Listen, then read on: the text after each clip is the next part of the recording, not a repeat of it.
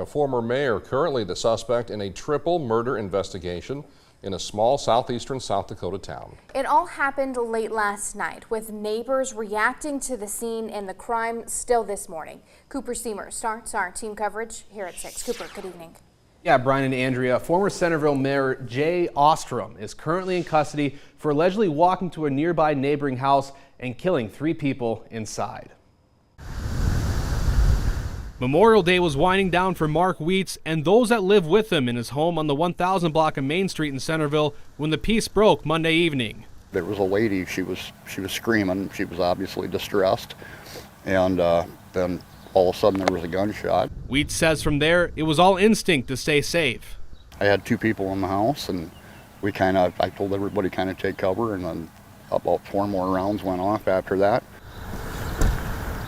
By Tuesday morning, 3 people were dead, and Jay Ostrom, the former mayor of Centerville, was charged with 3 counts of first-degree murder and arrested. According to court documents, one of the victims had called 911 around 9:45, saying that their family member had been shot and killed by, quote, a guy from across the street, and that they had also been shot. They then stopped communicating with dispatch.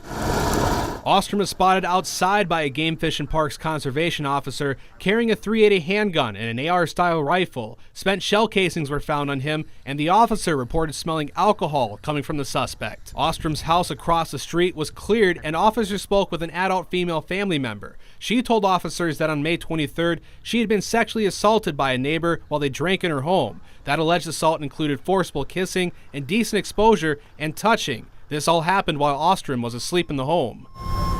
On Monday evening, the family member reported this to Ostrom. He got up and left the home in a rage, and was the last time that the family member had saw Ostrom before authorities arrived. The identities of those killed are not yet public, but Wheat says he remembers them as being respectful and quiet, and says no matter what happened in private, this should have never happened. It's terrible. Like I said, they were young people, and it's just the younger they are, the harder it is, and it doesn't matter. Still, this shouldn't have happened.